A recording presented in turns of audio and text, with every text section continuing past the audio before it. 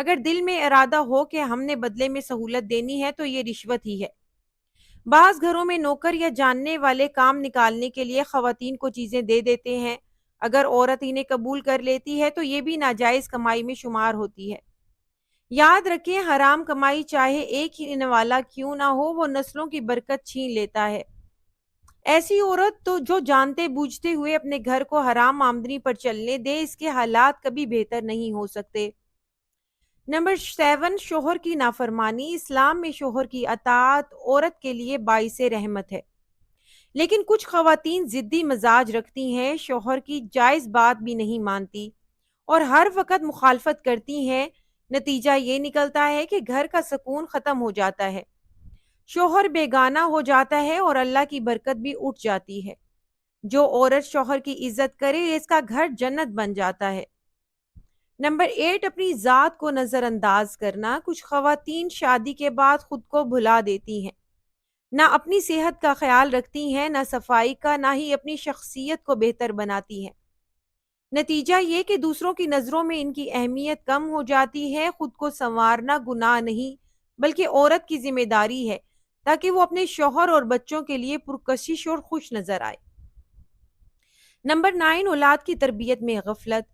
اولاد اللہ کی سب سے بڑی نعمت ہے، لیکن جو عورت اپنی اولاد کی تربیت پر توجہ نہ دے، انہیں نماز اور اخلاق سے دور رکھے، وہ کل کو اپنی ہی اولاد سے پریشان ہوتی ہے۔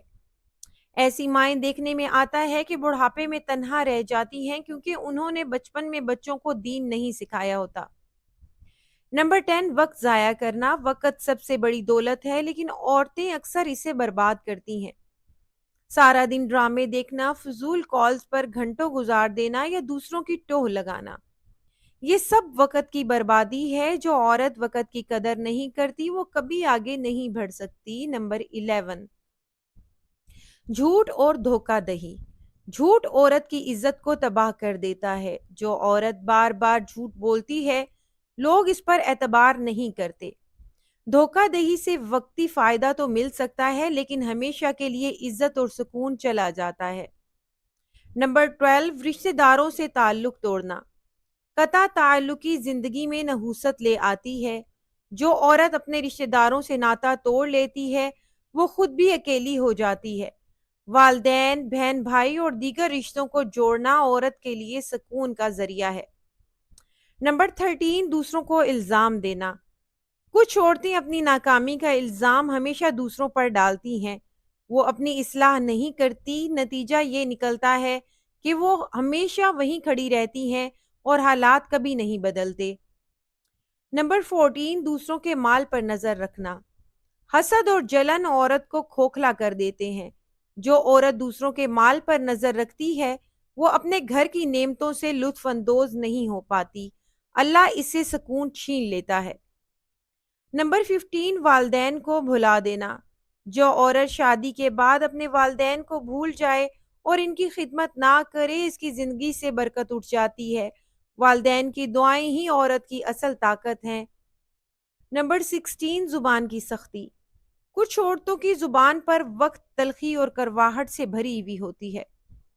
ان کے الفاظ دوسروں کے دل توڑ دیتے ہیں۔ نتیجہ یہ کہ محبت ختم ہو جاتی ہے اور لوگ ان سے دور ہو جاتے ہیں۔ نمبر 17، حق تلفی اور ناانصافی۔ جو عورت دوسروں کا حق مارتی ہے، بچوں میں فرق ڈالتی ہے یا نوکروں پر ظلم کرتی ہے، اس کی اپنی زندگی مشکلات سے بھر جاتی ہے۔ انصاف سے برکت آتی ہے اور ناانصافی سے نحوست آتی ہے۔ نمبر 18، دل میں کینہ رکھنا۔ جو عورت دوسروں کو معاف نہیں کرتی اور دل میں کینہ رکھتی ہے، وہ خود بھی جلتی رہتی ہے۔ دل کو صاف کرنا سکون کی سب سے بڑی کنجی ہے۔ نمبر 19، دنیا کو سب کچھ سمجھ لینا۔ کچھ عورتیں دین کو چھوڑ کر دنیا کے پیچھے بھاگتی ہیں۔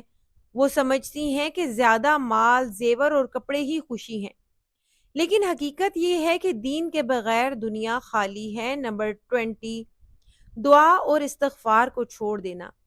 دعا اور استغفار سب سے بڑی طاقت ہے، لیکن جو عورت دعا چھوڑ دیتی ہے، استغفار کو معمول نہیں بناتی، اس کے نصیب کبھی نہیں کھلتے۔ استغفار ہر مشکل کو آسان کرتا ہے۔ یہ وہ 20 بڑی غلطیاں ہیں جو عورت کی زندگی کو روک دیتی ہیں۔ اگر عورت ان سے بچ جائے تو اس کے گھر میں سکون آتا ہے، رزق میں برکت ہوتی ہے اور دل اطمینان پاتا ہے۔ اللہ حالات بدلنے پر قادر ہے، لیکن کوشش عورت کے اپنے ہاتھ میں ہے۔